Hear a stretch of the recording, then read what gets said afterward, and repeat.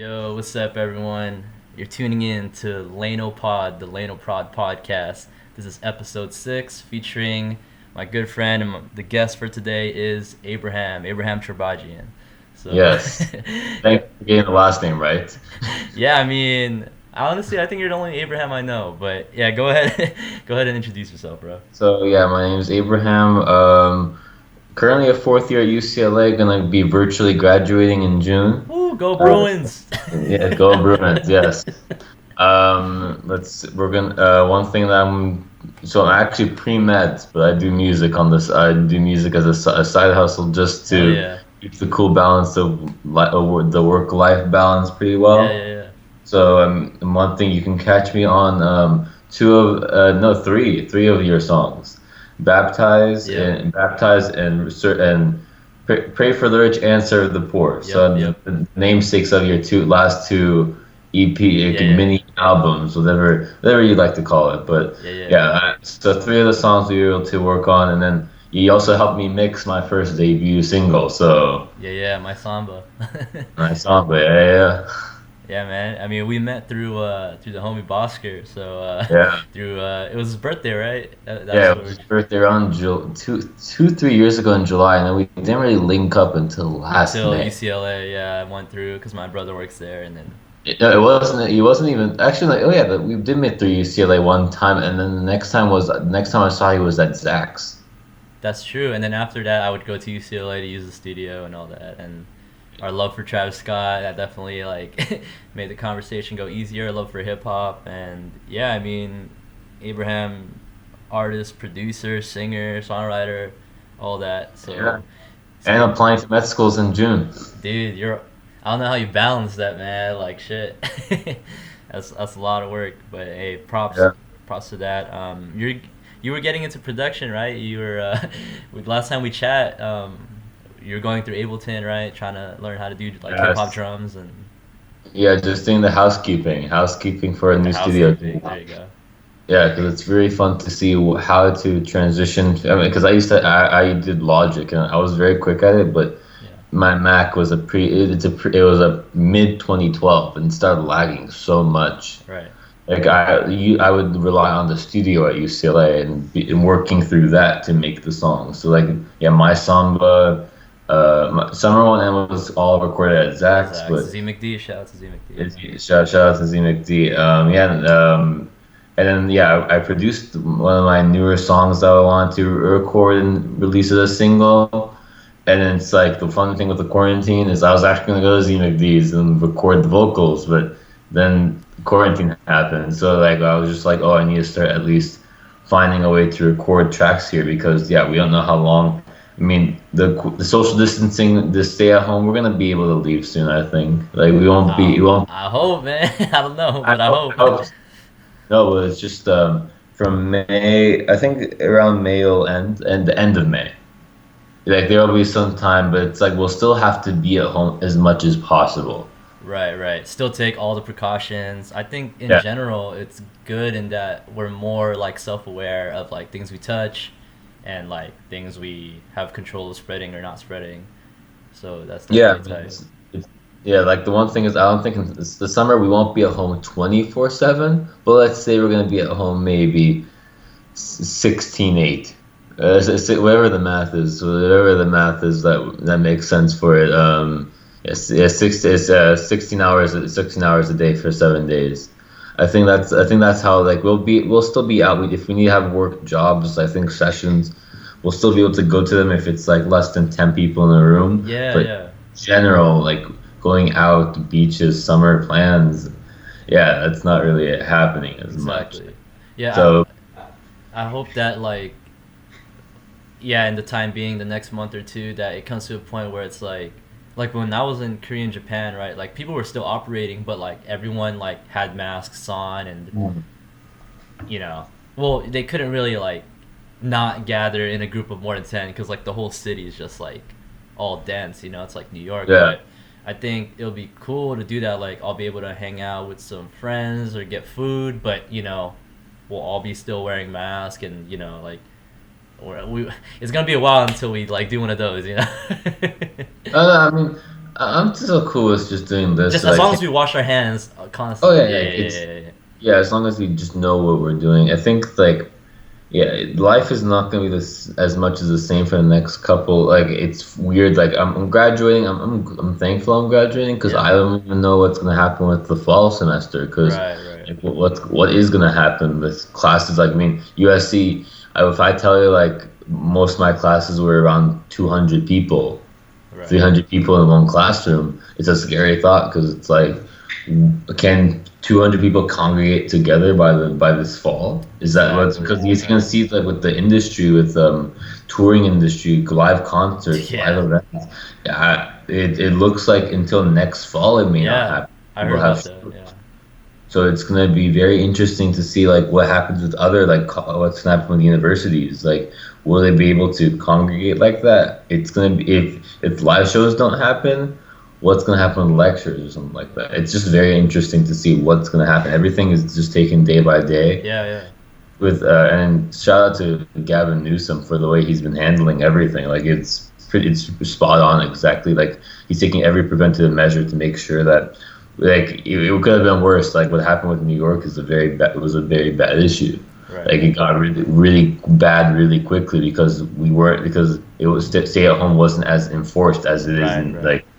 like I haven't been out hiking, but I've heard that other people would like the police would like stop you Yeah, if yeah, you yeah.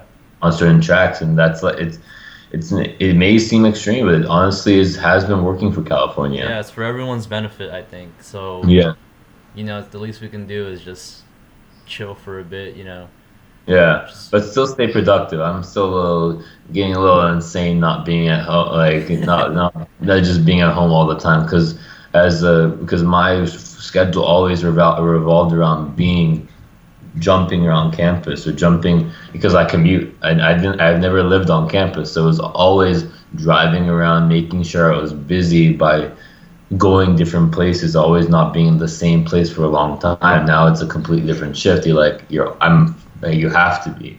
So that's why I was like starting to see, okay, so if I can't make the UCA studio happen, what's another way I can actually turn the studio space? Because yeah, I had my focus right, but it wasn't working. Remember, we had that, and yeah. then and I have a Windows computer that has a lot of memory. Let's see what we can do with that instead of this.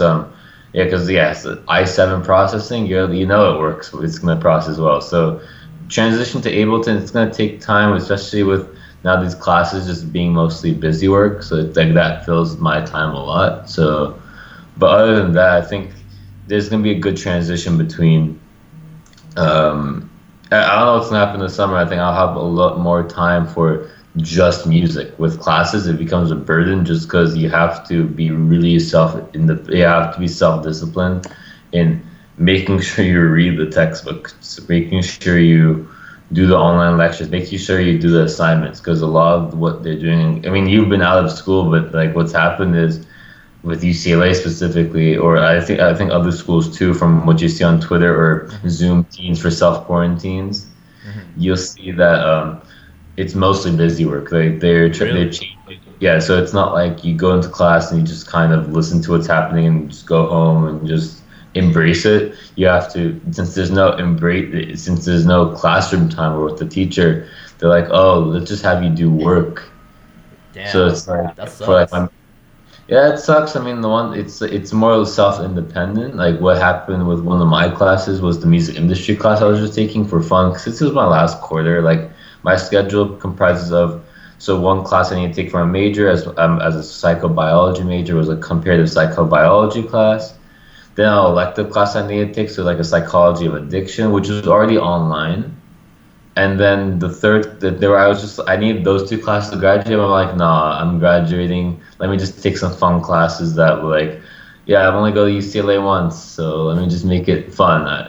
So it's like I'm taking some intimate relationship classes, like how does Hey, nice, psychology nice. work, and then and then the music business class. So the music business class initially would be a class where you would have like industry heads come in and talk. So that would include like the head of the class would be like the co-chairman of Interscope, I think, was Nice. one of the teachers, and then the other teacher would be like the manager, something called Jam Pull Records. Yeah. And unfortunately, he just was like, no, and one of the final project would be you'd work with a specific artist, like who was selected for the class, and help with their marketing or something like that, or Oh yeah. like and you would have context to their team, and you make a pitch in front of their team, and Yeah. that's such a cool experience. But unfortunately, with the way that like there's no touring business, there's no recording, but like there's not much recording happening. The guy was just like, yeah, I can't teach, Mm. and most of my other professors they would just won't do it. So the class got completely switched, Yeah. And completely switched, and it's still a cool class. Like I did buy the music industry Passman book. I that's the did buy Bible, it, the music industry Bible, bro. the Bible, right? The Bible right there. I bought it in February. I was gonna read it, and I was just like, should I take this class? And I listened to like, oh, the textbook's this. I'm like, all right. So I guess I get to read it now. So I was just able to read it. I mean, this class is still cool. I mean, I would never have said I would have done a project on Lil Mosey's Blu-ray Fago. Yeah, I mean, Nice, that's nice. what I'm working on right now. Just I have to record a presentation. See, that's the thing. Like they do a lot more presentation recording. It's like a lot of things that you wouldn't have done before. Like I'm reading textbooks now, which I wasn't really dependent on to do well. Like it was just come to lecture, listen, and then when you study for the test, you study through it with lecture notes. But now Right, it's a right. lot more textbook dependent. It's a lot more independent work, which is just very different. Yeah. And I don't know how that's. Like, I'm just glad like I'm graduating, Yeah, yeah. so it's not like it's not affecting us my GPA as much going into med school. It's a very weird process that you're dealing with as a yeah. Let's go to another topic maybe. Let's yeah, because I've been talking a lot about this. No, you're good. I just want to end it with like it just goes to show how behind a lot of these music industry folks are, and that's not like disrespect or anything. It's just it is what it is because there's been like these systems and these businesses that were founded on online, like Hmm. like collaborating online, doing marketing campaigns online, like everything online. Like I have homies that work and collab with people they never even met in person, and there Yeah. is that benefit of meeting someone in real life, in person, face to face. But like for example, like your folks or not your folks, your professor or the people that are part of that class saying they can't teach. I'm like, you still can technically, you know what I mean? It's just Yeah. the industry is so behind a lot of people that are in that like very traditional background that it's taking them longer to transition into this new space. So Yeah. give it time, and I mean by then you'd probably be like done already, graduated. But it's good that you have the book, man. I mean that class definitely, those classes are always beneficial because of the network, honestly, because you can learn a lot of that Yeah. stuff online through videos, and that book itself, that Passman book, that'll save you, man. If you ever come across contracts or situations with managers or producer Yeah. contracts or stuff like that, it's all in there. Copyright law, like it's all in there. But yeah, at the end of the day, like I think um, the positive thing about all this is that it's I feel like this area is gonna boom even more. I mean, we see some of the top artists that are on the charts like streaming like crazy, like yeah. Oh, they're still dropping. That's the thing. Most people haven't been delaying it. They've actually been like, let's drop. I mean, let's drop it now, if anything. I mean, what was it? I mean, you're always behind on some of these releases, so I am, I sometimes, am. I mean, but we can talk about the Dua Lipa record. Oh yeah, yeah, I've listened to it. Yeah, yeah. Yeah, that and like Dua Lipa, Weekend. I still and one thing is so like one of the projects I did was how like the cool thing about the way this new class is designed is very what your niche is type of thing. So it's That's very good. independent. Yeah, yeah, So yeah. so it's like a blog post I did like you have to do assignment. The assignment I did was how do producers and songwriters deal with this? Because like the industry and the touring industry has been hit. Like that's just a They fact. have it Like the worst eh, because they rely on they have it that the worst. gathering congregation for sure. Yeah. Yeah. And most artists in general do rely on the touring schedule to make most of their money. Yep, yep. It's yeah.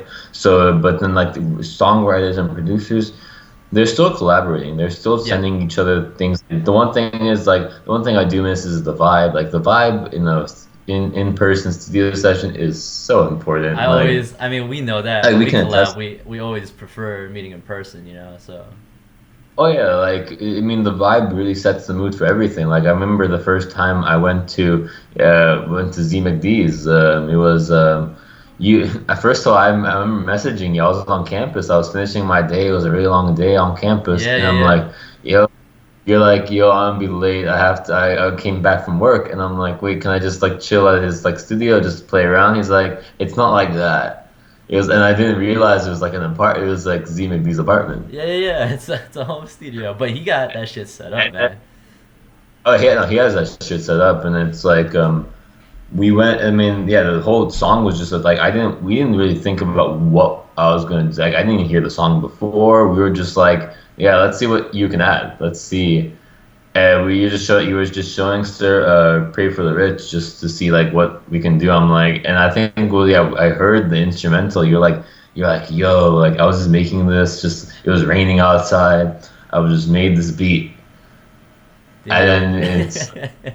and you didn't have lyrics to it either. Like you were just like you had the lyrics to it. You didn't record the vocals yet. Yeah, I yeah. think. It was just a Time. rough vocal demo, but yeah, like made that beat probably high with the homie Johnny, my roommate, and it was raining. I had these like rain noises or like some vinyl noise. It was a Yeah, you whole had the vibe. Just vinyl. I made it like at around 2 or 3 a.m. This was winter break too, so we didn't have classes. We were just me and my roommate Johnny. We decided he was still working part time in housing, USC housing, but I was just crashing at the Okay. dorm because like the way the dorms work, right? We pay for the tuition covers the lease, and we're able to stay there even through break. Like we don't get kicked out unless you're a freshman, but like we were seniors by then, so yeah, like we made that beat like around like 2 3 a.m. just picking out vinyls that we got from a record store in Hollywood.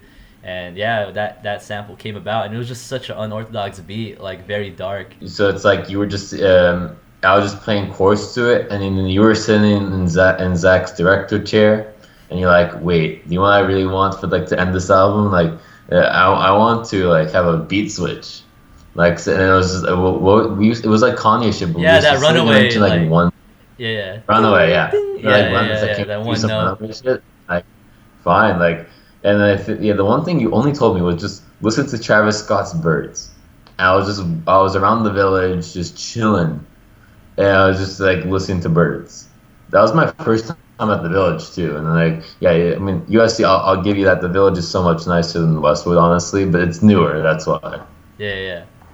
The reason why I told you that was like I love the Mike Dean outros, and I wanted it to have that vibe, and you guys definitely accomplished that for sure. And then I got the homie Eli to do his "Pray for the Rich," yeah, serve the Yeah, poor, and like it was that is like I really love that outro and outro to serve the poor, like the one that you also did with vocals.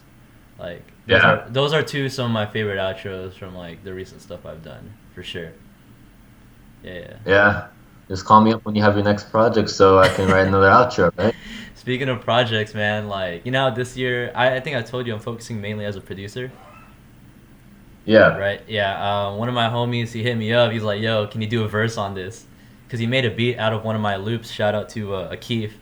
And I was like, "Damn, okay, it's been a while since I recorded." So I was able to borrow my cousin's mic, and like I'm gonna send him a verse and probably just record in my closet, honestly, because like you know there's a bunch of clothes and it's a closed, isolated space. So that's probably Yeah. what I'm gonna do. But yeah, man, it's gonna be a while until I have like a project where I have like vocals and all that. But you know that I'm really looking. Speaking of like, we just transition to just again music and what we're working on right now. I'm like trying to collab with just people I haven't even met. I'm just reaching out like crazy right now. Yeah. Shout out to my friend Chelly. We got on the phone call the past few days, and he gave me a bunch of good tips. He's like he's an artist, singer, songwriter, producer, engineer, and he also is an actor, right? And that's like his he's mainly acting, but he's trying to do that to help his music and vice versa. And Yeah. he's pretty deep in the industry, and he gave me a bunch of good tips. He's like 2 or 3 years ahead of me in terms of USC, and we both shared Okay. like an audio engineering class. That's where we met. But he gave a bunch of good like industry tips and just how to advance my career to the next level. And the main thing I learned from talking with him was like, um, I haven't been reaching out to enough people, and I'm spending too much time on a few that are still like Yeah. pending, or they didn't want to work on a certain thing, or it didn't work out, or it's up in the air and there's no response. So he challenged me to like DM 50 artists every day, right? Starting yesterday. Yeah. I did it yesterday, bro.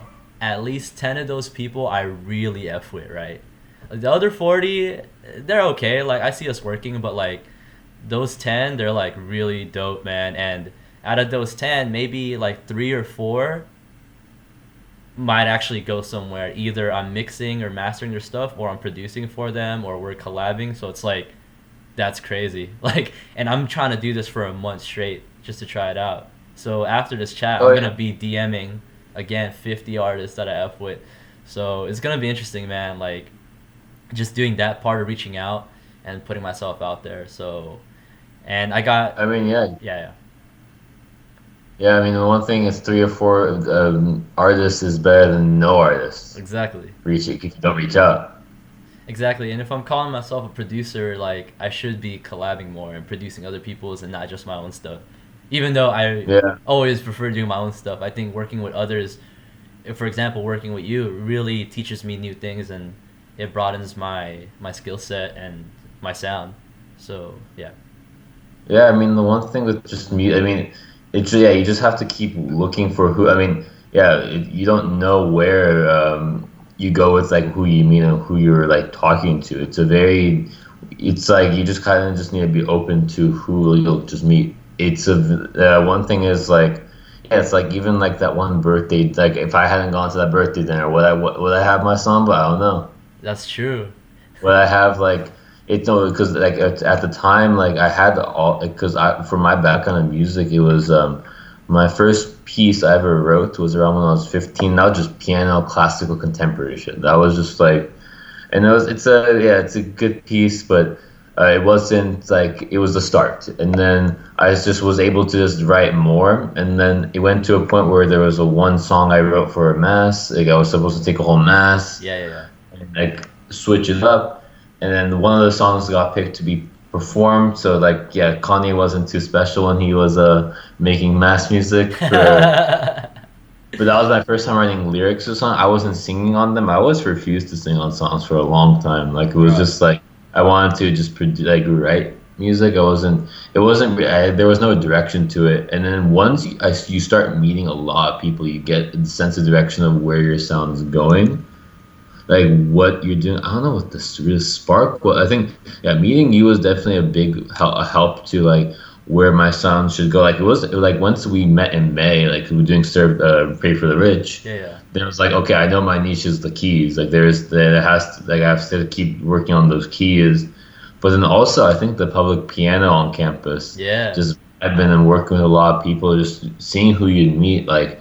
Yeah, that's like the perfect place. Like people like you'd randomly meet, you just start collabing with on the spot. Like you wouldn't be recording, but Right, right. it's just like I think that one person I met, she chill, she's really chill. She was just dope to hang out with. Like she didn't do any musically, but she was like, oh, I love this type of shit. And then I was just telling him, oh, here's what I do on my Instagram, and like she's like, oh, I know little T, I think no, sorry, little Tekka. And I did the cover to Ransom, and he's like, "I'll send it to him," and he liked the video. So it's like That's tight. you don't know where someone will be. You have to be open to those things. That's what I really like just playing outside. Like the more you make yourself out, you put yourself out there, the better people you'll meet. Honestly, Yeah. and yeah, I think like yeah, like you're definitely like a producer. Like you definitely know how to produce. I think one thing is like one thing. Russell, he was like one time he was on Instagram. He put this thing that wasn't Talkbox. Like and I was just joking around with and like some artist that he was working. It was a pretty good song too. He was like, yeah, I produced this with her. And I'm like, yeah, I was just where was this Talkbox sound? I'm like.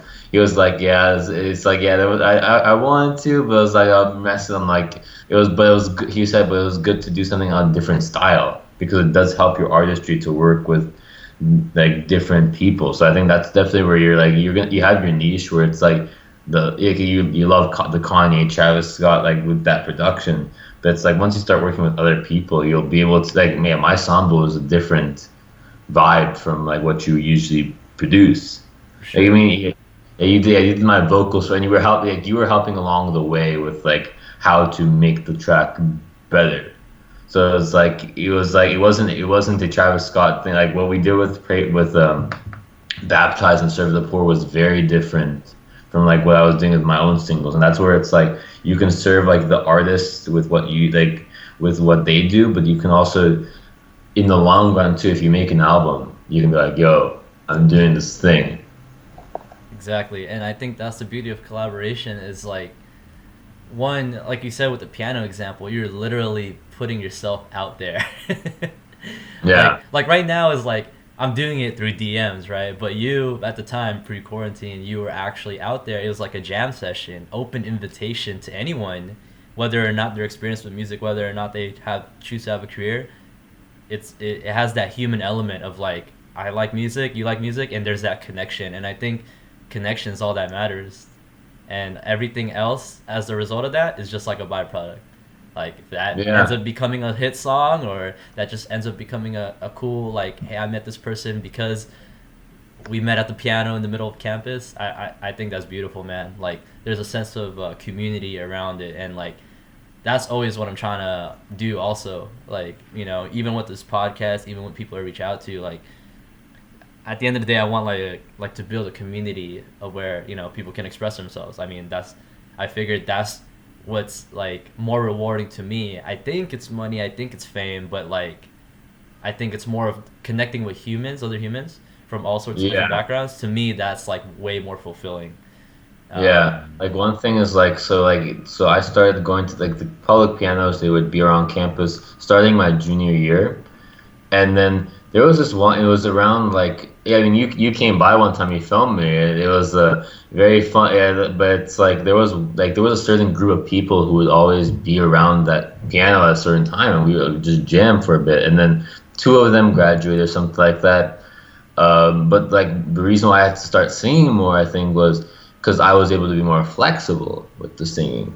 Like I was able to not just play keys, but still say that there were two people jamming, and it was to sing like not "Fly Me to the Moon," but like other songs, like other jazz standards. Because like my background was classical, but also jazz, and then from jazz you get more hip hop and R&B stuff right, too. right. Like I mean, all the chords I played for you were all in sevenths and nines, Hell and yeah. I just I'm always for extended chords, always for the chord extensions. Same, So man. I love that when I would shit. yeah, so when I went to so it's like the funny thing is like once like those other two people graduated, like they weren't as one and then the piano moved too. It was just funny like there was another guy who was like a first year at the time. The next year we just like I'd see him and be like, yo, what's up? And then we just play. Like it was no question. Like no That's questions tight. asked. That's tight. Yeah. And it's I'm like, oh yeah, I'm usually here on Tuesdays, Thursdays. He's like, oh, I'm here on Monday, Wednesday, Fridays. I'm like, shit. All right, but it's like, but anytime we linked. Like there was no question about it. Like we was like, you want to jam? Fine, and it would be for 10, 20 minutes. Like there was no stopping it. So it's just a very cool experience just to be able to do it. I mean, that's definitely something I'll miss from it. It's just like I mean, I'll still be around. I'm taking a gap year, obviously, and like, and this whole I'm still trying to figure out how to incorporate the public piano experience to my Med app, like how to write my personal statement. So it's a very interesting experience to talk about because it is very human, it's very collaborative, It's therapeutic and too. it is therapy. Yeah, I mean, I think in my thing I say like I'm still editing, but it's like I say like, oh, it's like I want to give people relief or like that sense of relaxation for like even 1 second, because like most people really don't care to like they're like, oh, somebody's playing piano, but like others will sit they will sit it's not like people are always crowding around me. There's none of that, but it's like there but people like will listen to it or feel something. That's the thing. I mean, and whoever wants to collaborate, they will, and whoever wants to be around and listen to what I have to say, because yeah, I mean, it's like or help them because like yeah, you said like people who are not as experienced will just come and try to play the piano because they may not have a piano at home, whereas I'm staring at like my MIDI, my keyboard, my mini teaching piano, and then I have the grand piano in the back, Nice, like in nice. another room. So it's like they don't have that luxury of having. I mean, I'm key centric, so but other people don't have the luxury. So I help them. I think one time I was giving a lesson honestly on the keys, like how to play. Some guitarist who wanted to learn how to play piano or like play the chords to a song, like I was just helping them, or say like there was other like how to play Claire de Lune. Oh yeah, I remember that experience. People were just very, and even like one of my students, like I started piano teaching lessons because somebody just straight asked like you to teach. I'm like, yeah, I do, and because I was playing "Drowning" by Boogie with a Hoodie on the keys. It's a very fun song to play on the keys. But I was playing. She's like, "Yo, do you teach?" I'm like, I could. I don't know my rates yet, but I could. So I did that for a while, and then it's just whoever. It's just like with the piano lessons. Like if you want, hit me up. That's a fine thing. I just with quarantine, we'll figure out what happens. But I'm down to teach whoever wants to be able to learn music. It's such an important part of like mental cognition, being able to relax and like being and then finding an outlet, because I just feel like being a like I mean, of course my career is gonna be doctor stuff, like being a doctor and like having that mindset, but you have to have a balance, like something that is becomes a relief system, and you want to have something creative or something in your life that isn't, because you as a person, what you came up with life from is, oh, I'm not just a doctor, I'm the best human being I could possibly be. Mm, That's why I don't like sometimes about people who are like who pursue pre med, because they don't have other outlets, and it's like you could be happy with that have that one outlet, but you have a whole world, a whole life. You have only one life, and then you have a whole world of things you could be interested in. So why would you? It's not limiting yourself. It's like you're not as open to other things. mm, Like you can still have a career in like medicine and stuff like that, and that's obviously something I want to do, but right. and in my gap year, do I want to release an album or like release a project? Of course, because if I have the time, if I have the capacity to do it, why not? So it just, yeah, I just that's something that you see like people don't have differing. Like it's very hard to find someone who has such like a very like you say, oh, people think I'm a musician. People think I'm a music major. It's very funny. Like they'll look at me and they think I'm a music major. I tell them like, no, I'm pretty solid. I'm a pre-med. Like I do a lot of things medical wise, and they'll be surprised. So like some people who just know me for pre-med, they'll look at my like some homie like I had one class with like a chem class with. He knew I was pre-med. And we never really talked, but then he started seeing my videos on Instagram. He's like, we bumped into each other. He was like, yo, like I really like what you do. Keep posting, man. Like I really like it. Like I look forward to it. I'm like, oh shit, all right. So it's just like it's good. Like I like the surprise too. It's like who would like I don't know if any from like who you know from homies for pre med or musicians either who have like two different areas of expertise. Like it's I mean yeah I do want to get to a level with my production where I can just go in and just be like, all right, let me produce something for you. But that's gonna take like but that does take so many hours from my day. Like the only one thing is the time management. So it's like, how could you do both at the same time? There's gonna be a point where I'm gonna do less music and more medicine. Obviously, when it comes time, hopefully I'll get into med school by 2021. Yeah, yeah. But but at the end of the day, it's like there's a whole life to live. So it's like once you have a career, like once hopefully I have a clinic or something like that established, and then I'm gonna have like a family hopefully. But there's gonna be some part of me that's still music, some way of like just keep writing, because that's gonna keep me fresh, keep me living as long as I can. Right. And I think you mentioned how if I knew anybody, I mean, I told you about this person. Shout out to my cousin Matthew, also goes to UCLA, who who's pre med but also super talented in singing and playing the keys, guitars. I think else yeah he also plays the violin. So yeah, I mean he didn't ask a specific question, but I'll show this podcast to him. If you guys haven't spoke about it yet to each other, what are your advice for because he's a senior too, he's graduating this year. Yeah. What's your advice for him in terms of like I'm proud of my cousin because he's been posting a lot on the story, doing these like singing challenges, collabing with Yeah. his friends, in that where you're pursuing a degree in or sorry, a career in medicine. Like and but also you're really passionate about music. How do you keep that balance? Like, what does your day to day look like, or is that just something where like you're still figuring it out, which is totally cool too.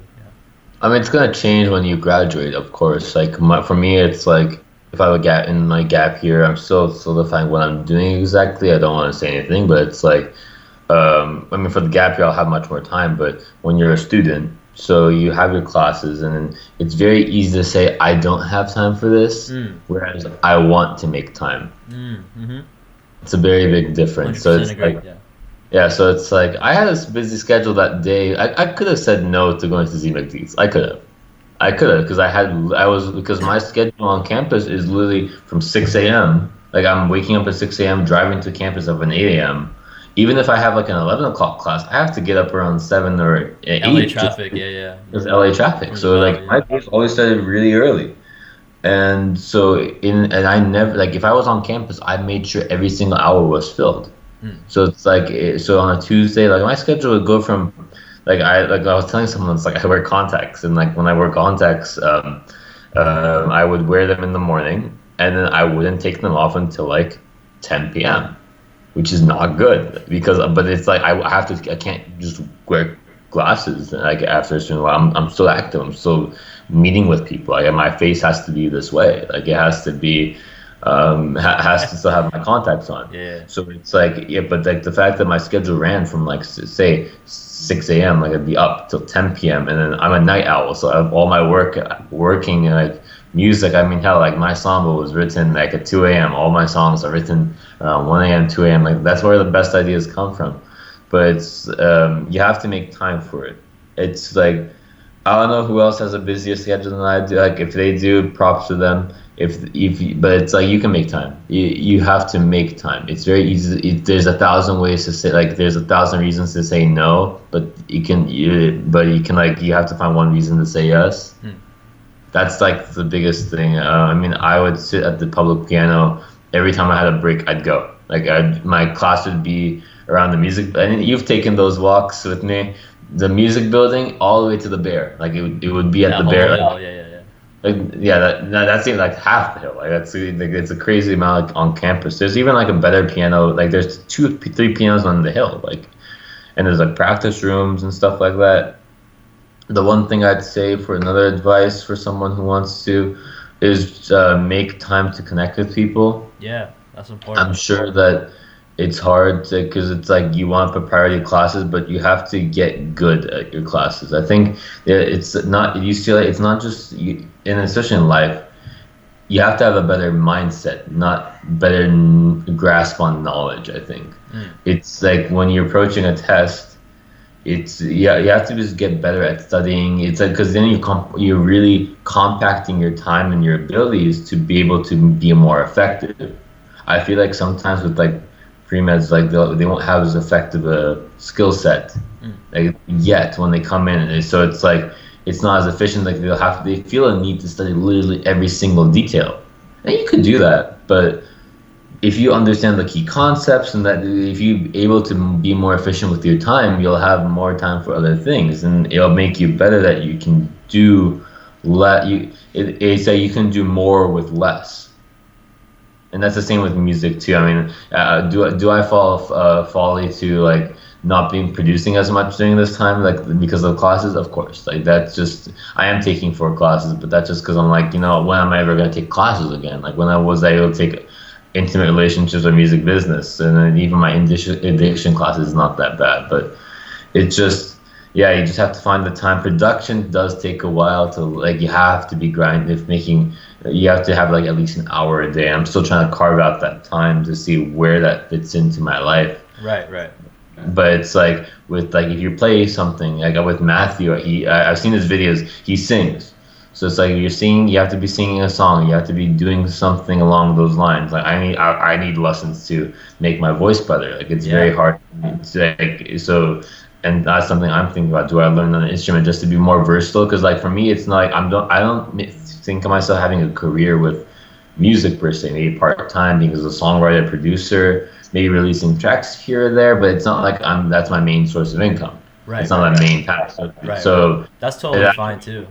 Yeah, it's totally fine. Like, but that's where like where does the time go? It's like if this becomes something part time or something, it's you won't put as much time as something with the med stuff. Like when once med school happens, I don't know how that I'm gonna juggle my time. Hopefully I'll be able to do an hour a day, a couple hours a day, just do music because that's how much I do with the piano. Like I have to sit down and just play, like whatever it is, no agenda.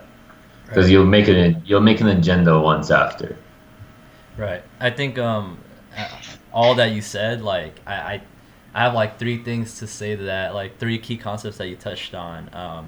I think the first one I want to touch on is the details. Yeah. So like yeah, you this goes with anything, right? Whether it's your career in medicine or whether it's learning an instrument, learning how to produce. A lot of people trip on like, oh, I gotta know everything before I get my hands dirty, but part of the process is to already get your hands dirty and not know everything. I mean, even now, like I'm chatting with my friend, and we're learning more about audio engineering. And when people look at me, they think I know everything. It's like no, it's like with anything, any like interest or career or skill that you want to perfect and master. The more you know, the less you know. It's like one of those things, and Yeah. you can learn all the rules, but when you break them in creative ways, that opens up a new path to try and experiment with new things. So I really think that like anyone that wants to get into anything, like it's to me, it's always more about doing than tripping on like, oh, I don't know if I know, is this the right setting? Like, nah, just do it because time and time again, it's about at least with like music, it's about human connection. You know, there's all these tons of songs that aren't quote unquote clean or perfect, or there's a lot of mistakes, but they still prove to shine.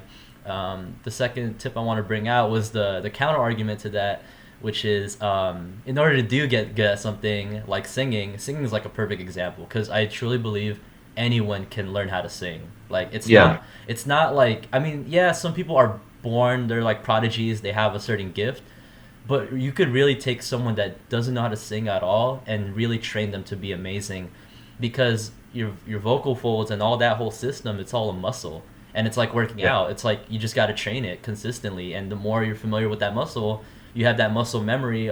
My vocal professor, when I was taking vocal classes at USC, she always emphasized the physiology of it and how it's like muscle memory. And you know, a lot of the great singers, it seems seamless to them because it's muscle memory.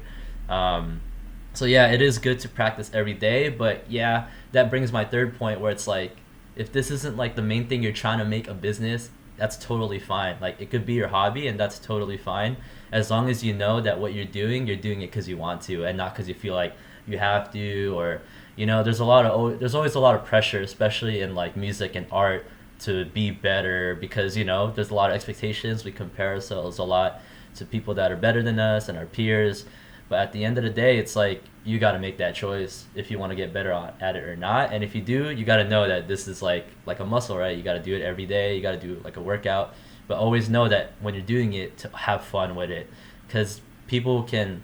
I think that's the biggest reason why I'm not so big into working out. I mean, I do like playing basketball, and thank God I'm losing weight in this quarantine because I haven't been eating out as much and eating more food Yeah. at home. That's generally healthier than like outside food, but the reason why I never really got deep into like going to the gym, even throughout college where we had access to a gym, is because I always saw it as like homework. Like, oh, I have to do this. Like, I didn't see the fun in it. Whereas I do have Yeah. friends that do see the fun in it, and like props to them. And hopefully one day I'll be able to afford, if not a personal trainer, a good like gym buddy to make me see the fun in doing it. Because you know, it's not like I don't like exercising. Like I love basketball. Why? Because it's fun. You know, I don't care Yeah. if I'm not looking to be the best basketball player or even make a team. I just play it for fun, and I get my exercise in. So that's my like last tip for anyone. It's like do it because you want to. Like you enjoy it, you know. And if you could train your mind to make something fun to benefit your health, such as losing weight or working out or gaining muscles, that's when you won. You know. So Yeah, I mean, I was like that too, but it's like I think with the gym specifically, you have to have somebody with you you before need that this accountability. training. Yeah. Yeah, it's accountability, but it's also it's like I beef with I kind of beef with my friends and I'm like, yo, you don't go to the gym as much as me anymore. Come on, where are you going? But but with the I was not a gym guy at all. Right, Like right. last July, yeah, it was like in the midst of my summer and stuff like that. And I was just like, let me just start going to the gym because it's like I just need it for my own benefit of having because I just like having a schedule for myself. But with the gym, you need someone there with you, like you homies with like, and then you start going by yourself after because you're just so used to it. So it's like how they like I want a better analogy for like not just working out, but it's like why do people play the guitar? Why do people play the piano? Because they see another person play it. Hmm. Yeah. Like I no, I don't think people like instinctively. Like, I mean, I'm sure you too. Like you, the production too. You like you saw someone like say a Mike Dean or a Kanye West or like you're like Ninth yo. Wonder, Jay Dilla, I have to YouTube, wonder Jay Dilla, Matt, it's like Madlib and DJ Alchemist. Premier, like seeing them, Alchemist, seeing them make a beat, that Yeah, drew me to like I want to try that. Yeah, yeah. like you're just not instinctively. You don't instinctively go, huh? I want to produce. You don't do Yeah, that. Like, basketball, no. Steve Nash. Like I love watching Steve Nash play. Like so Yeah, so but yeah, so you're just like, yeah, I mean, it's not like with, it's like, oh, I see someone else doing it or someone interested in it, maybe I could do it. Like right, right. it's part of that too. That's where people be socially should be better. Like I think, partly, yeah, it's like people need to just get out of themselves sometimes and start seeing what others have. Because yeah, it's like other people have a completely different mindset. Like we have me and you. Like it's like before, it's like. I would never done beat like if you tell me it's like we won't work because it's like oh you just did before like Pray for the Rich you had a couple singles but most of the time you had like beat tapes Yeah, but if I didn't know you more like at the time it's like would I have just seen you as a beat tape thing maybe probably so I but it's did like have several mixtapes, but I always took it down because it was so bad. I was X rapping ever since I was producing too, but yeah, I always like took it down because I was like, this is ass. Like, come on ecstasy though yeah, but that was instrumental. That's the thing. yeah Like the like shout out to the people that I gave rap demos to on a CD, bro. I have yeah my raps on there, man. People that have it, so like I took it down yeah from my like Bandcamp and my YouTube. Oh no, actually it's still on my YouTube. YouTube is one yes place yes where I leave everything. If you dig deep, everything's there since Yes, 2008. I have dug deep once. I've seen those middle school tapes. Bro, that was fun though. It was fun. It was fun. I mean, that's the thing. You have to experiment. You have to be trash at one point. Everyone has to be trash. I mean, for me, people take for like they're like, "Oh, you've been so good for a while." I look at my own stuff like my first piece. I'm like, "This is easy. Like this is not that great at all." Like, and people like the thing is like sometimes with music criticism, it's very hard to find people who will be really critical with you. Yeah, man, and there's two types of critical people. There's the ones that like they tell you stuff, but like it's hard to listen to them because they themselves aren't in that field. So a lot of that like trust or reputability, it's like it's not even there because it's They like don't know the context as they don't know much. the context as much. But like the second part of people that have been there and like they're in the place where I want to be. I love it when I'm close enough to the point where they can critique me out of love because in order to better me, and I do have a few friends like that, and that's always been a way for me to progress in my career for sure. Yeah, Um, like the funny thing with like so being a piano player when you can play a bunch of things it's impressive but it's like oh you're so good but I'm like nah it's not that good it's like for me it's and like when people say I like my song but I'm like I like the song but but I think we were talking we were like right after the release of it like literally after the release like I was listening to the demo of it before like getting the vibe even like some one time I was driving um, on Ventura, and this guy pulls down his window, and he's like, "Yo, this is bumping," and like that's I was just, tight. Yeah, and yeah, I'm like, this is some Compton shit. I'm like, yeah. What the fuck? I'm like, first I'm like that my song was not It's far from Compton. bomb fuck, but I'm glad you like the song. Like Yeah, it was just wild. Like I was just driving, listening to the song over and over because you just want the car test is oh amazing, hell but yeah, it's like man, hell yeah. but it's very hard to like but then after we called I'm just like yeah I like the song but I like my newer stuff better like I like the things I've been writing after better Yeah, and people would say oh no it's and it's even like with piano it's like oh you think amazing I'm like it's not that crazy so it's very hard to find people who'll be like yo you can do this better. Like I like shout out to like you, or like he'll just say, oh, you can do this a little better, or like shout out to Z McD, like Hell guys, yeah. like when I was writing like when I was writing a couple of things with like that the single I was trying to link up with Cole. You had him at like the third or fourth episode, right? Cole. Episode 3, yes. Yeah, yeah. Yeah. Cole. Shout out to Cole. He's.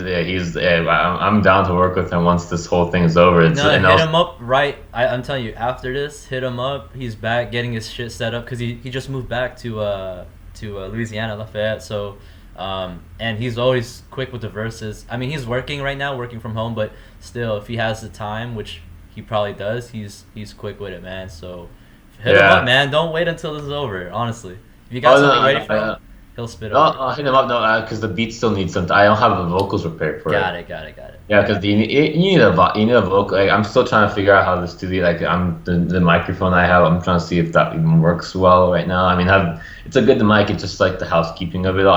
My main housekeeping was just working Ableton and trying to figure out how that is because I'm still trying to deal with that with clock. It's very hard to find time exactly for like. Yeah, one thing is I'm also waking up a little later than I want to. Mm. So it's very hard with quarantine to put yourself back into schedule because it's like you're just in perpetual what day is it, like what it's just every day feels the same, and that's the one thing that you're trying to get.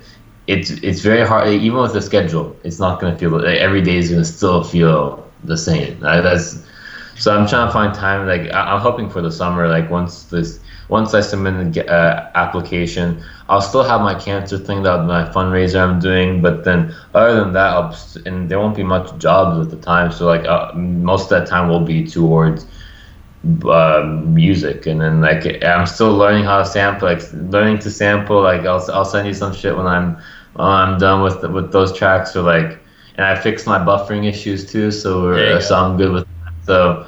And but yeah, shout out to people who criticize. Like they'll be like, "No, this is not good." I like when people will tell me. I'm more happy when people tell me it's good. It's bad then it's good because then I can improve on it. And then there are haters, and then I'll be like, "Yeah, man, you're just doing it just to." Somebody hit me up, and he was just like, "Yeah, I don't like your song." Like he's like, it was a week after the songs were released, and he's like, "Yeah, let me give you my thoughts on it." I'm like, "Okay, sure." He's like, "I don't like it. It didn't sound natural. I wanted more piano." And I'm like, "It's a song, and it was lyrics and vocals." Hey man, And everyone's entitled to their opinions, I guess, but it's all about how you react to it. oh But yeah, my reaction was like, "Yo, like listen, like I appreciate the advice, but let's just let me. I'm just letting you know, like like musicians, like what I do appreciate some musicians' opinions more because they know yeah, exactly what this sounds like. Because it's like people can like my song was popular, but it's when someone can tell who's a musician, it's something on like a radio or like, you can hear something like at a party, then like it's something I would bump to. It's like okay, that's because you know exactly what I felt. Like you know exactly what it means to make a song. Like it's because they were pretty like the way the song they were pretty quality for like a first time around. It was just I think the next releases I have to just be better at my presentation of like the anticipation for the tracks, getting more playlist submissions because like when that was first setting up the Spotify account, so I wasn't able to really apply it to things before. Like I have to have a month. I'd rather have months submitted the one track and just push that and get more views and like streams from that rather than just like release a track and just kind of hope for the best. right. It's a whole another ball game, man. Like we said, Yeah, it's 20% is making the song, 80% is promoting it. That's the really yeah, tough just thing, and it's all about like doing extra stuff behind the scenes, and that's why I always like whenever I get feedback from people, I keep my ears open to both sides. I keep my ear open to the general like consensus. That way, I know what message I'm conveying or what it looks like I'm conveying to the general audience, which is yeah, very important because those are the people that are gonna buy into our brand, into our music, not producers and engineers. It could be, but like a lot of times, if you're an artist, your fan base that you're growing is gonna be like people that aren't musically always like sound. But so that's important to listen to. But I always also listen to, like you said, people that have that background so they know where I'm coming from. Yeah. And things are always gonna get better if you focus on those two things. But the thing with listening to like other producers or engineers, sometimes they're not the most adverse or sound in marketing and how to reach and Oh build a yeah. fan base.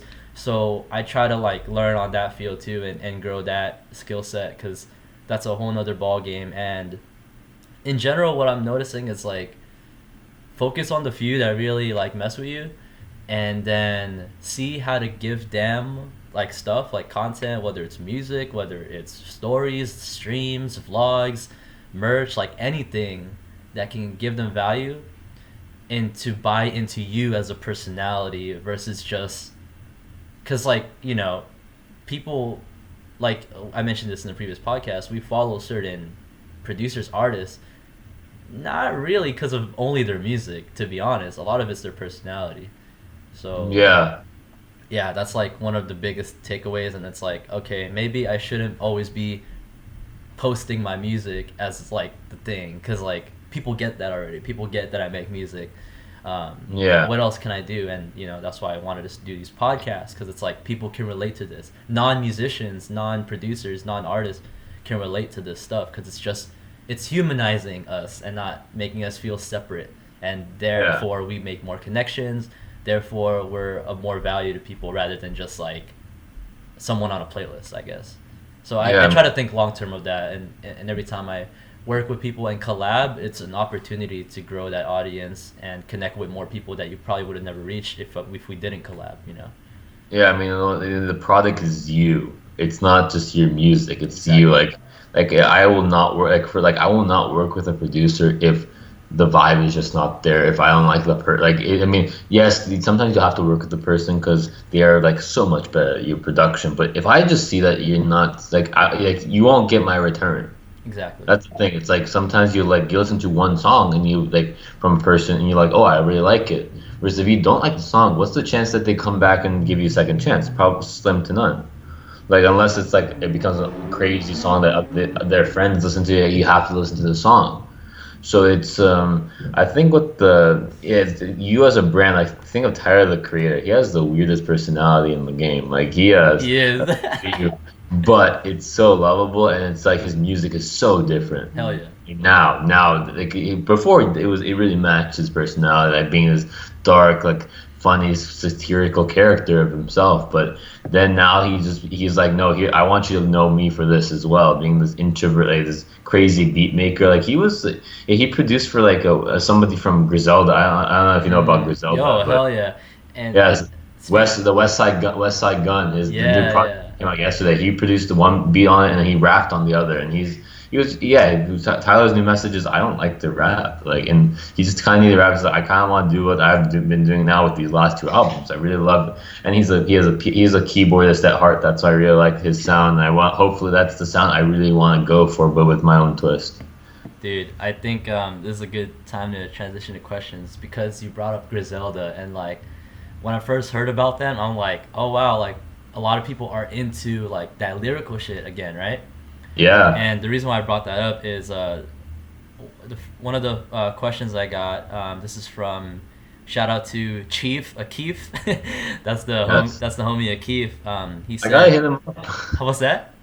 He remember you told me he was just like, oh, like he was looking for someone at he's like to do piano stuff with him. Hey, send him like if you have like piano loops, send him that because he just I need to record piano loops to do that. I hey was at the funny thing, he hit me up. I was at the gym. And I used to go to the gym for like an hour or 2 hours. So I was yeah. just like, I'm like shit, and I'll forget. Like that's because I'm just in the zone. I'm just listening to an album around the time. So I need to hit him up. And I think I was just busy with.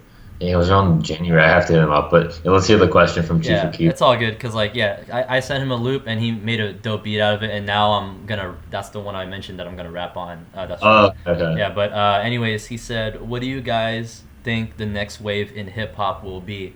Now I have like three answers to that. One of them, because you brought up Griselda, is I think there's gonna be a resurgence because trap, emo rap, SoundCloud rap, mumble rap, that whole tree, that whole branch, that whole sphere, a lot of melodies, auto tune, a lot of singing. I feel like there's a lot of people that are craving that like lyrical rap bar stuff again, like what Griselda does good with, like just like bar for bar type of stuff. I think there's gonna be a resurgence in that. I think there's gonna be, I mean, we've been calling this for a while, R&B. I think R&B is gonna be stronger than ever, Yeah. Um, and then the third one, man, what was the third one gonna be? I think I'm crossed between like that Latin, like Afrobeat, like that whole rhythm. Either that or like the '80s, like synth pop, synth wave, like like what Oh, Weekend and Dua Lipa are doing, like kind of escapism, futuristic, take us back to a different era because times are tough. That's what I was saying. I think with it's a really good question. But he said next wave So in just like hip hop. So what are like rappers gonna be oh on? Yeah, oh and hip hop. Okay, because I know in pop it's going to be the '80s escapism type of thing. Like it's been towards that. Like with a bunch of pop records, it's like Carly Rae Jepsen last year with her album, Bruno Mars. and I then mean you that's more have '70s, but like yeah, that was more '70s, but that was like it was too main. It wasn't mainstream. I love 24 Karat Magic. It's one of my favorite albums, but same. Yeah, it's like that's. But then I think yeah, but pop it's gonna be that '80s escapism. Like those really good bass lines will be a lot more important in pop. Like it's gonna be really crazy for bass lines. I think for hip hop. There'll be a thing for lyrics again, but still not. It's not gonna be as mainstream. I I don't think agree. it's I agree. it's not going to hit mainstream. I don't think it's people will still want the catchiness because you see Same. like the catchiness is still going to be huge. I do think Roddy's approach is probably what the next wave is. So like Lyrical, but auto tune and melodic. auto tune like it's more on the melodic side. Like you see like the because you have like because like Drake. He doesn't really go into what Roddy does. Roddy is very much an Heavy on the artist. storytelling and the rhyme schemes and the delivery. Yeah. Yeah, so it's like even like I'm trying to think of I usually forget Drake's projects at this point because they're very forgettable. But it's like he I think the more the singing like the melodic stuff because you see like rappers that now like adopt singing as part of their delivery and like hitting different notes. It's not like they're just doing the same flow every single time. Um, even like with he was trying to experiment with some things. Did it cut off a bit or no? No, you're good. You're good. It's a little laggy, Okay, but you're okay. good. Yeah. Yeah. So yeah, even the baby's new project, I wasn't too crazy about it. Just released yesterday, but he was trying to do some melodic shit too. So I think the wave is gonna be more melodic. I do think people will try to go for longer songs too. Like I think I people are hope, gonna really man. start making experience it like because like with Childish Gambino's new project. And it's not. It wasn't like when people are like, "Oh, these songs are too long." It's like people were saying that they're too long. Some of it, yeah, some of it could have been edited better, of course. Like because some songs were like his album had literally 7 minute songs, but I think songs will be longer. Yeah, I think I they'll haven't be. I haven't heard the Childish one yet, but I mean even the Weekend project, there was a lot of like outro bridges, like songs were average three Yeah, and a half, 4 minutes, and not like 2.5 and 3 minutes. Yeah, yeah. I think with the song, I think there's gonna be longer experiential songs. I think I they're pr- trying to create a creating a vibe is gonna be a lot more important in hip hop, I and I think prefer because that. this Yeah, is yeah, because like for me, I'm not a lyricist. Like I don't listen to for songs for lyrics. I listen for flows. Like it's something that's just a same. problem with me. I want. So it's like trying to take. It's very hard for me to take in lyrics and music and put them together. It's very hard for me to like listen to all of that together. Same, And I'm same. trying to work on it. Like one album that I'm very excited to listen to after this is the Fiona Apple. Like I don't know if you heard, but it's like Fiona Apple just got a 10 from Pitchfork for her album.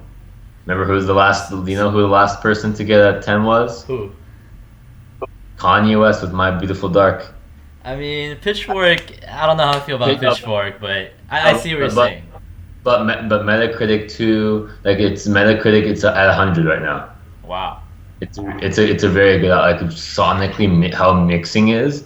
It's all natural instruments. They're all like she plays most of the piano, but I think it's going to be going back to the lyricism is so wrapping up lyricism. It's going to come back. I think like there will be newer figures to do like yeah the West the Griselda types and then like the Alchemist type beats are coming back. Like those beats are coming back into play. Like Bandana was such a good project. Like, Bandana was such a good project. Um, I want and the melodic stuff, and I do want to say there's gonna be more meme music. I think there's gonna be some like I mean Lil Nas he did perfect like the TikTok reason why music. TikTok music. Yeah, I I mean agree. I agree. TikTok music. It's because like for this project I had to do the reason why I chose Blueberry Faygo as a song for the analysis is you have to choose a song from 2020, and the problem is I'm now here in April, and most of the songs that are chart topping are releases from 2019. Even Weekend's Blinding Lights and Heartless were released in 2019. I think they weren't. They Yeah. were. I was going through Black Friday list. I think it was around Black Friday when he released like Heartless and Blinding Lights. They weren't 2020 songs. Yeah. Yeah. Most of the songs that are like either on the charts right now are songs from 2019 or they were TikTok songs. So songs that are incredibly catchy you can dance to are more important than ever. I don't think TikTok is gonna die because I was talking to someone about I agree. TikTok. I agree. They said TikTok. I'm like, what makes TikTok not gonna become Vine? And the thing is, the platform is 2 times, or like 5 times bigger than what Vine was. The Vine was a lot. organic reach on TikTok is so crazy that it's doing a lot of what Instagram did to Facebook and what Facebook did to MySpace. And not only do I think TikTok is the next Instagram, but for me it doesn't come naturally to me. That's why I don't post a lot on there yet. I've tried for sure. I Yeah, have an account, but not only is it gonna do what it did social media wise, so what I think that's gonna be the next Instagram because people consume that short form video, interact with it, dance with it type of thing. And the organic reach is crazy. When you upload, you could go viral like higher chance than you can with Instagram.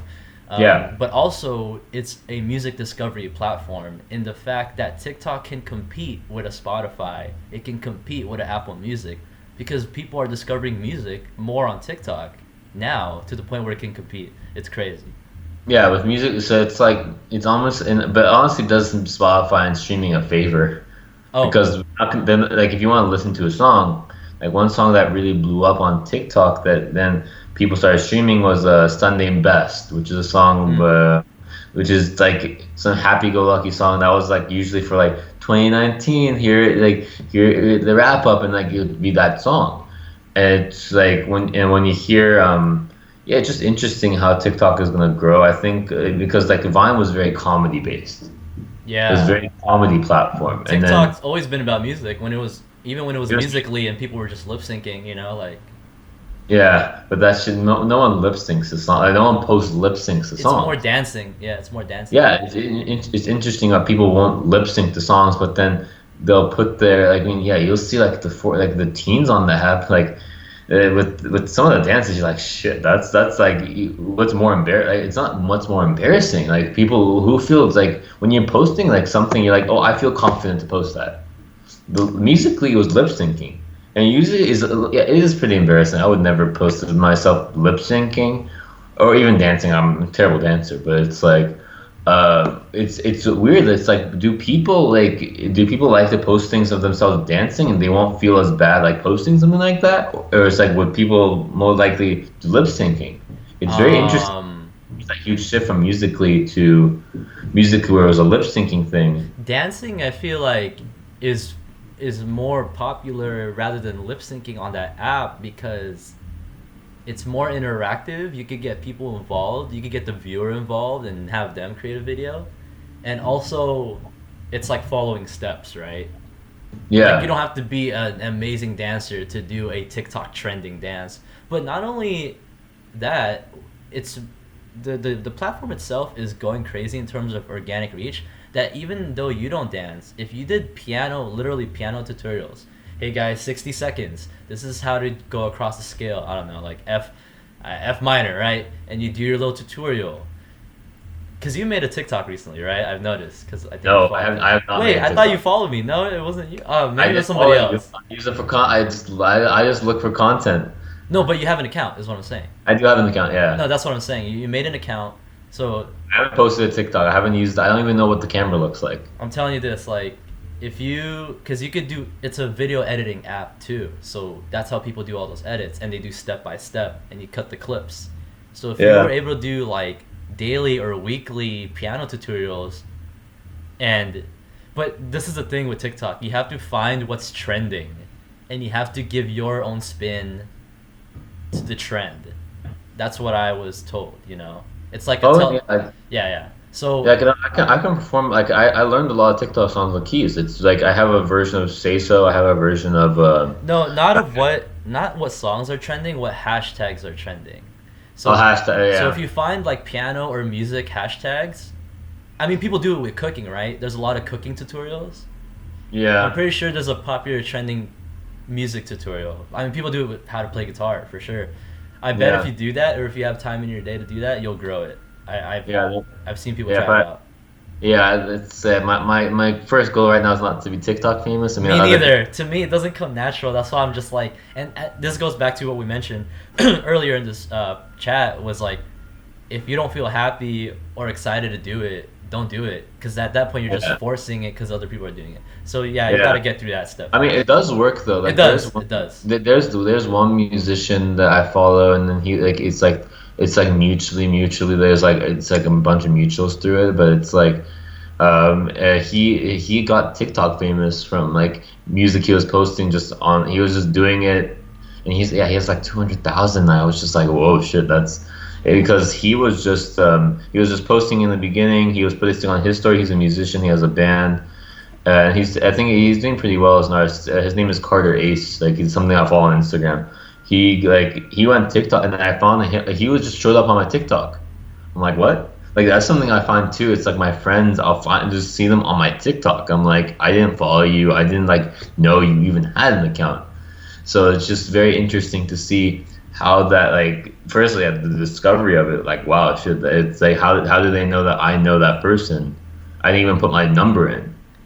Yeah, that's how crazy the algorithm is, man. It's like the amount of reach it has is crazy. But Yeah. yeah, man. I mean, I could go to the second last question. I don't know if he's like just trolling me, but shout out to Taro. He said, "Is baptized good?" Ah, Now, no, now that's not.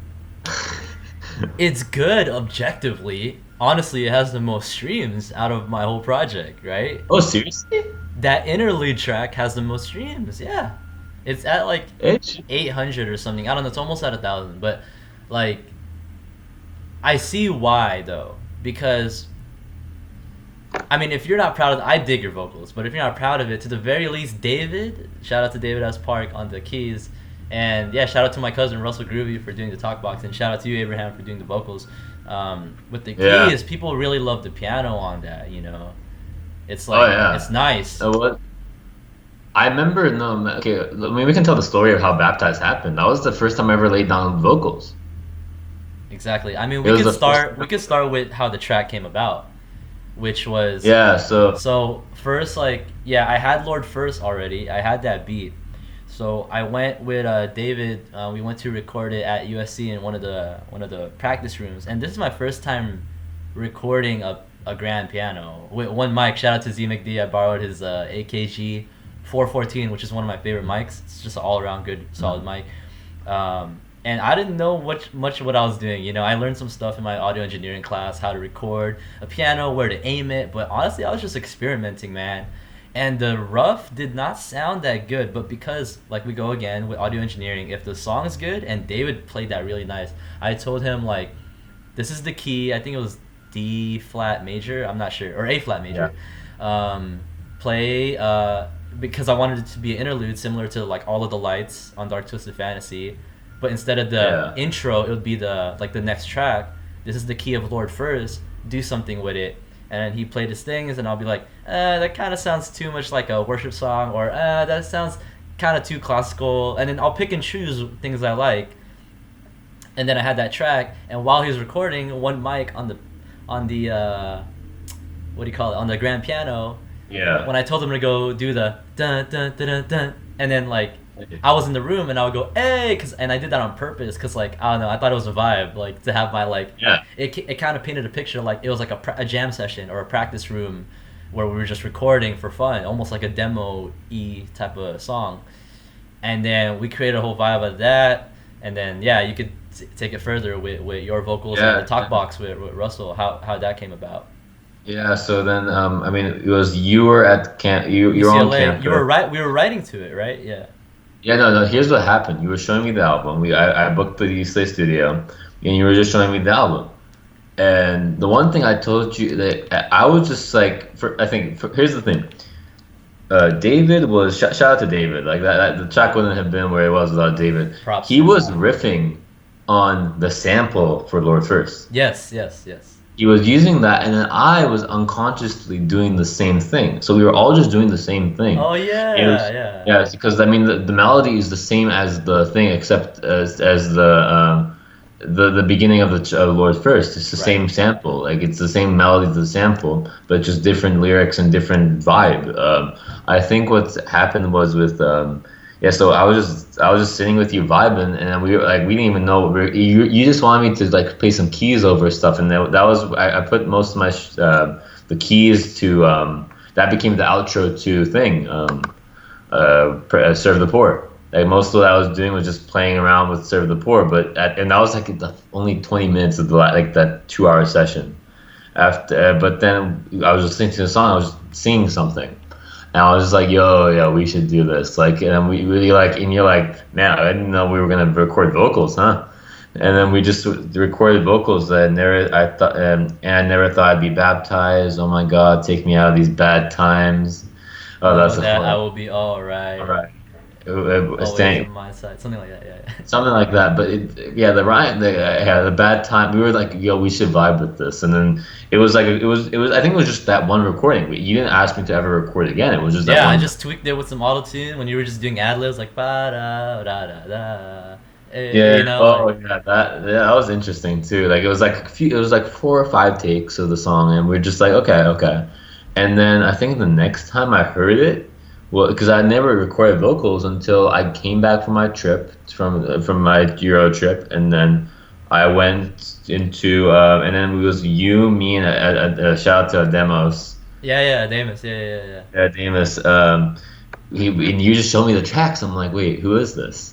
And he was like, no, it's you. I'm like, oh shit, that's nice. That's good to hear. And Demos, he was like, yeah, this shit sounds like Frank Ocean. I'm like, oh, Yeah, okay, that's man, oh I'll nice. make you sound good, bro. Do my mixing shit. Yeah. That's why I trust you with my vocals. I trust you, ZMcD, Hell yeah. with my vocals, and hopefully, with my music, I'll meet more too. So it's just a matter of like what happens. Yeah, man. But Yeah. yeah, the track was just really like we didn't really even think about making the track. We were just like I was just because I didn't want like one thing I didn't want the song just to be another piano ballad because you had that already in sort of the Pray for the Rich. That was like the fourth track. You were gonna call it like walking in the park or something like it's like David. Your the initial Oh, because song. his last name is Park. I was gonna call it damn, Park. Oh, Park in the piano or Park at the piano, something like that. Yeah, yeah. Yeah, you were gonna call it that, and I'm like, no, and that song became something so much more than it was. Yeah. Like David Piano's great. It's like the added dimensions to it were just, and you had Russell just add some talk box to it. You're just like, And I and that definitely, also don't forget. I turned it down on the final track, but in the beginning, my background vocals with the auto tune effect that sounded like a choired auto tune alien type of sound, where I would say, "Wait on the Lord," right? That would be going in the background too. So that completely got altered later on once you and Russell laid down your vocals. So yeah, it became an instrument almost in the back. Yeah. yeah. I mean, it's just an interesting thing, like how that song came to play. That was one of the more organic Organic. Yeah. vocal. Yeah. Yeah, and if I that song there wouldn't have been on my song. There would not have been many of my tracks because I wasn't confident about the way I was like sang. Like I did that one performance, but first performance is always your worst performance. Oh, I'm bro, glad. I have my first performances on YouTube, bro. Like, we all go through it. We all go through it. Yeah, I'll go through it. But that was like I think that I performed. You were there for like a bit because you were there because you went to To Matthew's Matt's thing after. acapella thing, yeah, yeah. acapella thing. But then and we linked up again like a couple times a couple times during the end of that quarter. But it was just an interest. It's just an interesting vibe. Like that song was definitely one of my favorite. It was very different from what I was doing, but I definitely like. It's like it's very easy to find. It's and then like yeah, Serve the Poor was just an interesting outro too. Like a very interesting outro. I gotta listen to that again after this, but I think yeah. To answer Taro's question, yeah, Baptized is pretty good. I mean, it's a cool story, and several of my friends say, "Yo, man, that piano hits differently." So shout out to David and shout out to you and Russell for yeah for killing it in terms of vocals. Yeah, Yeah, that was my that's only track. Yeah, that's my only track where I didn't lay down keys so yeah. far. It took all of us out of our comfort zone, and I think like that's how it is when you put stuff out. The stuff that's not your favorite initially might resonate with the most people. You know, even like Yeah, Ecstasy, people love me for that beat.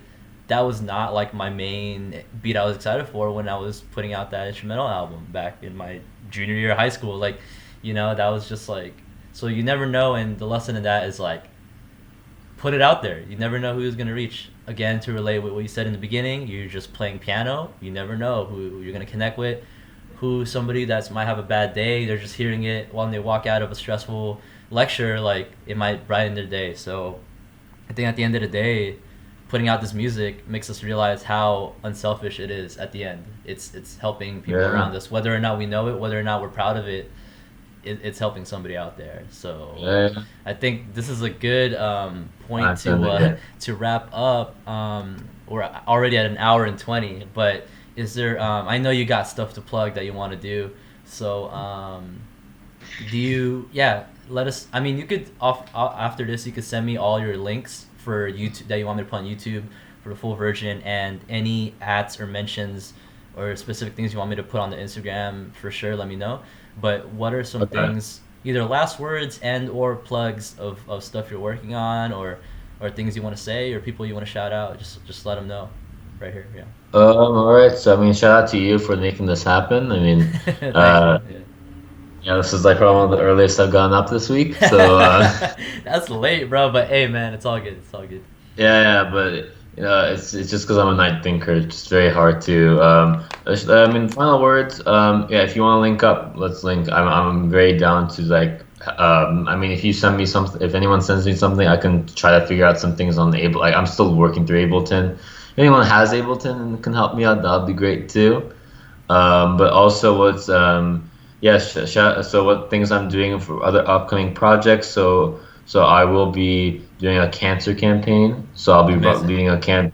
So from starting May 8th. So the official date's not May 8th. It was gonna be It was gonna be April 6th. It's like April 8th, but then Corona happened, so now it's transitioned to May 18th to July 19th. So you can find that more on my socials.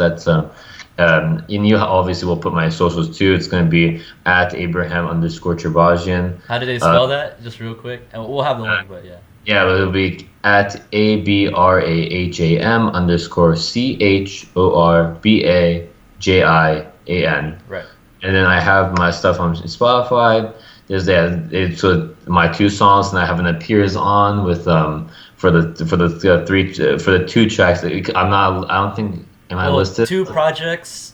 Oh, you probably weren't tagged on the Pray for the Rich one, but you were Yeah. on Serve the Poor. Yeah, yeah. Yeah, yeah. So yeah, I wasn't a feature. I was just a production, You I didn't have think. your Well, yeah, and I didn't I have my couldn't link Spotify your profile. Spotify. Yeah, yeah.